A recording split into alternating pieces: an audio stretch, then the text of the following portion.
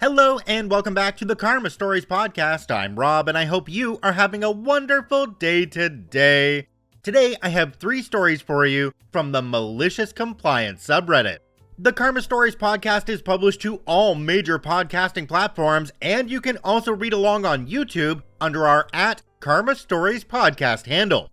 If you have a story you'd like to contribute to the podcast, you can do so by email at karmastoriespod@gmail.com. Today's episode is sponsored by my 3D printing website. Visit dangly3d.com, where the Karmen Chameleon, Karma Stories channel mascot, is on sale 50% off until the end of the month. That means you can pick up your own Karmen and cookies for less than $10 US. Discount applied at checkout. Get yours now at dangly3d.com. Alright, on to today's stories. Let's jump right in. This story comes to us from 68 Cadillac. HOA receives a check for all fines. Short history. Fall 2005, SO and I buy our first house together. We're happy. Baby's on the way. House is cute and in a new subdivision. HOA just formed. We're at the end of a blunt cul-de-sac. Quiet, no traffic, neighbors nice. 3-ish years later, the US economy crapped the bed and wiped with the drapes. Over half of the homes in our subdivision have been foreclosed on or are in the process. Me and mine aren't paying on our mortgage. We've moved out and a family friend and his family have moved in. They lost their house. He pays me a discounted rent. I'm not paying the mortgage, but maintaining the house with his rent. The HOA is having troubles maintaining the common areas and keeping things clean because of lack of funds. Junky cars and dead dying landscape are everywhere. One home burned to its foundation. A few months after my friend moves in, red fire lane paint is applied to the curbs of all the cul-de-sacs in the subdivision. I'm furious because it prevents street parking in front of the house. Anytime I need to stop by to fix something, or my tenant has a guest, we must park in front of a neighbor's house, or in the common collector streets and walk in. I call the local fire department to ask why they need so many fire lanes, seeing how there were no hydrants nearby. They told me they hadn't requested additional fire lanes, nor had they asked for the curbs to be painted. They said anyone can just paint a curb red. It's the signage or a hydrant's presence that makes it a legal fire lane. The paint's just there to help you interpret the signage. I check, and sure enough, no signs. Come to find out, it's a ploy by the HOA to drum up more funds. If they paint the curbs red and call it a safety zone, their bylaws allow them to fine a homeowner for violating the safety zone. Funny also that the HOA president lives at the end of one of the cul-de-sacs, and now the neighbors can no longer park in front of her house without getting safety zone fines. One evening, just past twilight, wearing a high-vis vest, safety glasses, and work boots, I paint over the red curb with boring gray paint, specifically designed for concrete with great coverage. I do the entire cul-de-sac. 3 weeks later, it's red again.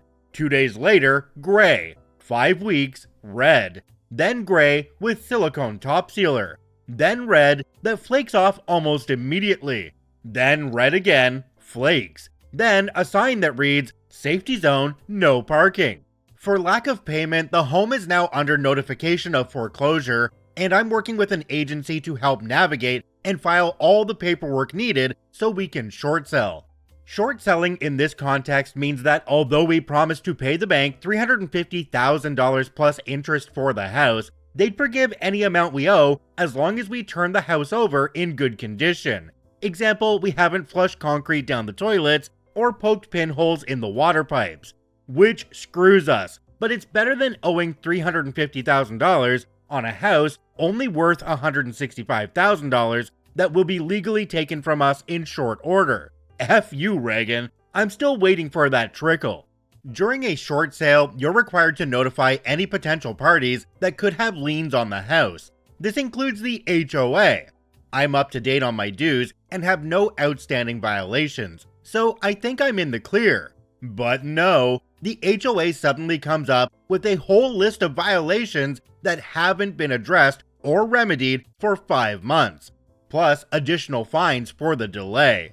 The HOA said they notified me in November, but can't seem to produce copies of these multiple notices of violation.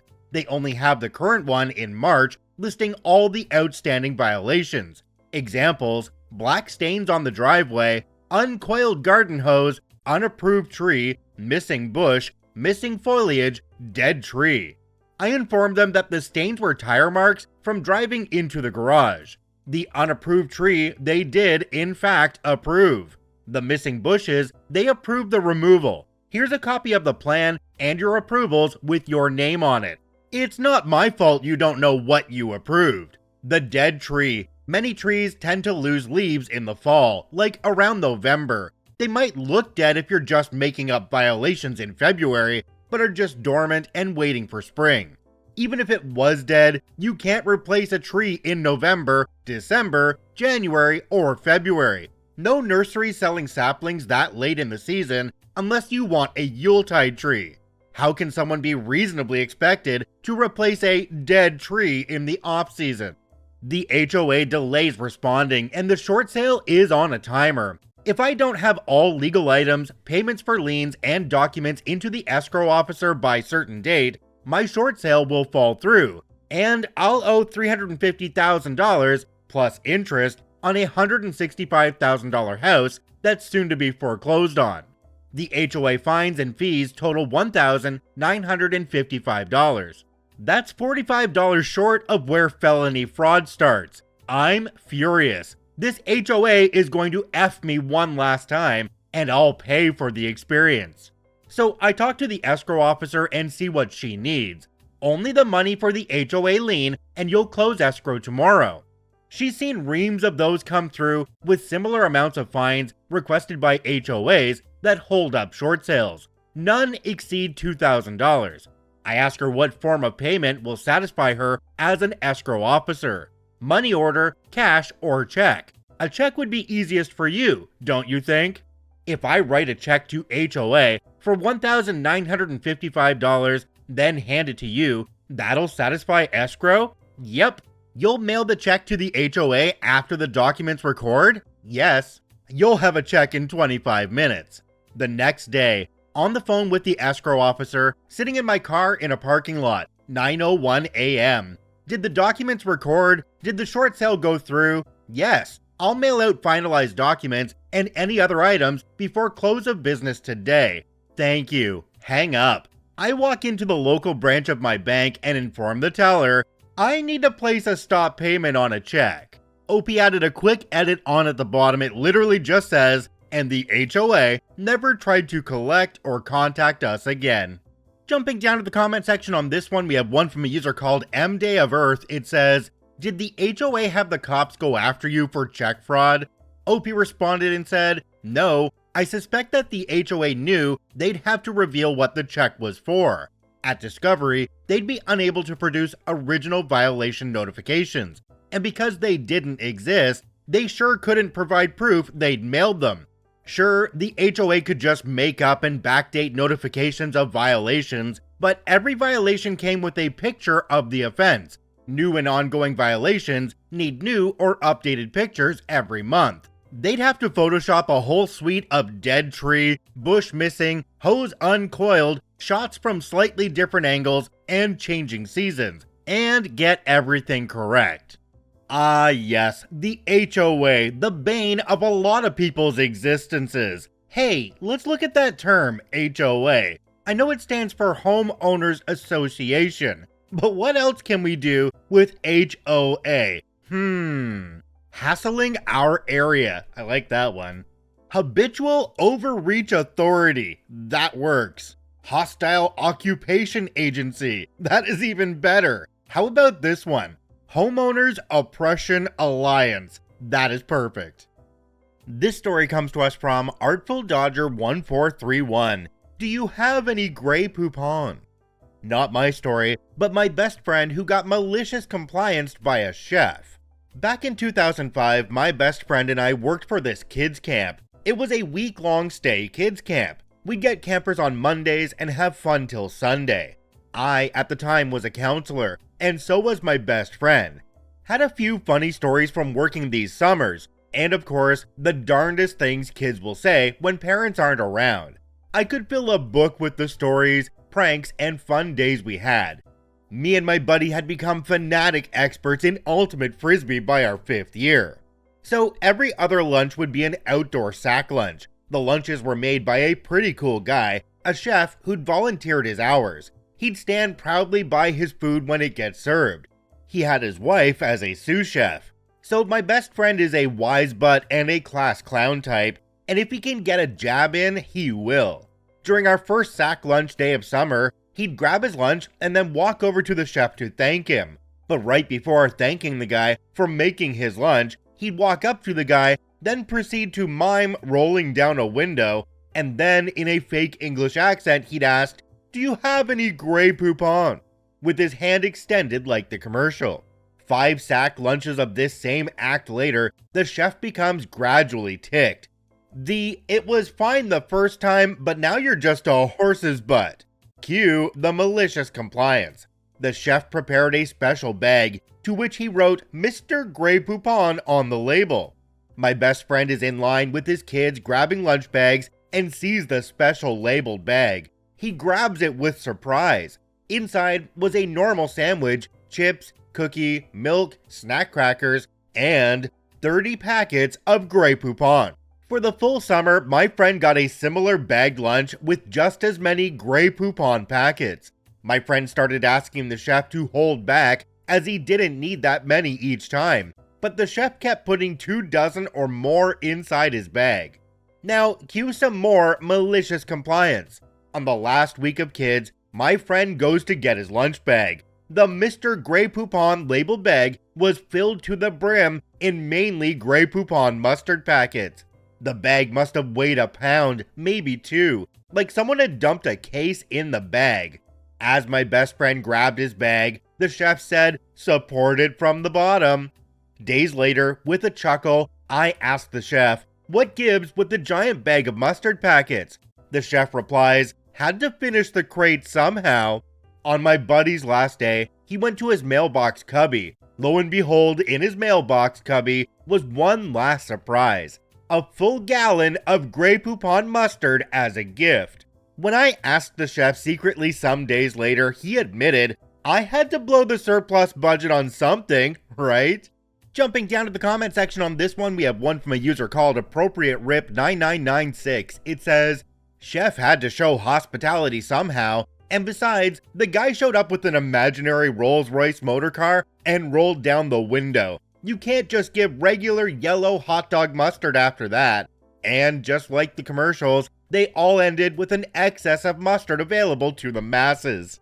I think OP was showing us their age here because those Grey Poupon commercials are like from the 80s, way back when.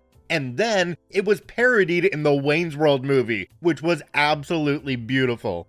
Sadly, I'm old enough to remember both of those. Was this wonderful malicious compliance? But of course. This story comes to us from Illuminatus Prime. Get your files off my computer? Okay. The setup. While studying at uni, I crossed paths with a hostile professor. Let's call him Professor Nasty Man, who absolutely did not want to be questioned about anything during class. Disruptive, he'd say. "I'm a researcher with a PhD, he'd say. "You're wasting my time," he'd say. "Study harder," he'd say. Some of the other things he'd say would likely get this post deleted if I repeated them here.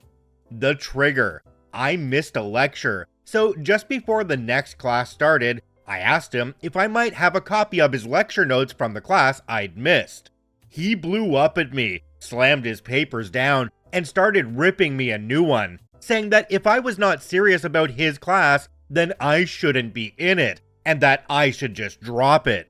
This went on until about 5 minutes into the class. Nobody else said a word, and the class continued. Cue the malicious compliance.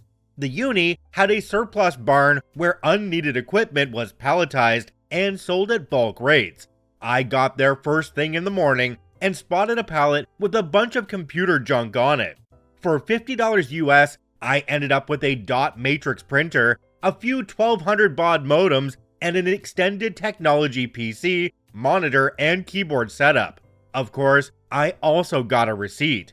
My place wasn't far, so I borrowed a wheelbarrow and brought it all home in 2 trips.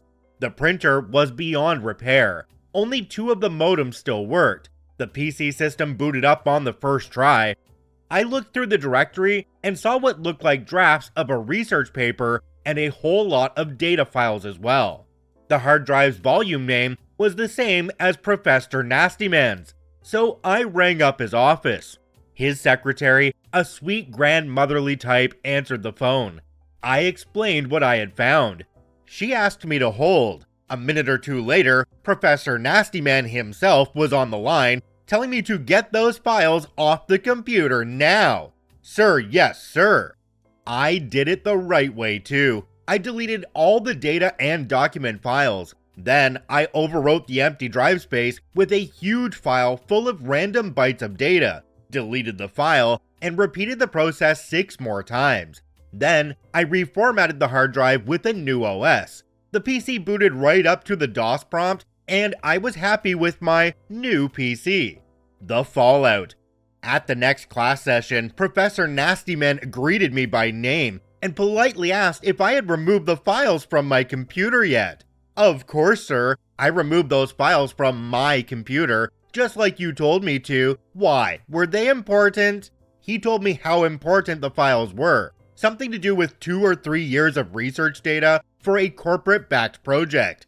Sorry, sir, but you told me to get those files off of my computer, so I did. Your secretary and anyone else listening in will verify that. Those files are gone, and there is nothing anyone can do about it. The epilogue. Professor Nastyman had to default on his project, which looked bad for his department and the university as well. Rumors suggested that he had made no backups because he feared plagiarism. I had a few discussions with the dean and some others about this, but it always came down to Professor Nastyman's own carelessness. I finished the class, got a decent grade, and never saw him again. Jumping down to the comment section on this one, we have one from a user called Bexu2. It says, "How careless do you have to be in the first place to get rid of a computer containing the only copies of research data? I'd be overjoyed if I was him and got a call saying someone found some files with my name on it."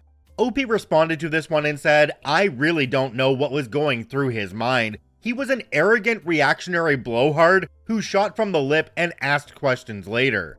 All I care about was that I passed his class, and that Flight Simulator ran great on my PC." Bexu2 responded to this and said, "Good on you. Can't imagine what it must have taken for a self-absorbed professor like that to accept ideas other than his own, and actually pass the students." OP responded to this one and said, "Maybe he realized with his research down the tubes, he had better focus on being an educator. Maybe he also realized that if he had retaliated by giving me a failing grade, it would have been his job on the line, tenure or not." This professor sounds to me like the kind of person who would back up their files by creating a folder called backup on the same hard drive and saving it to there.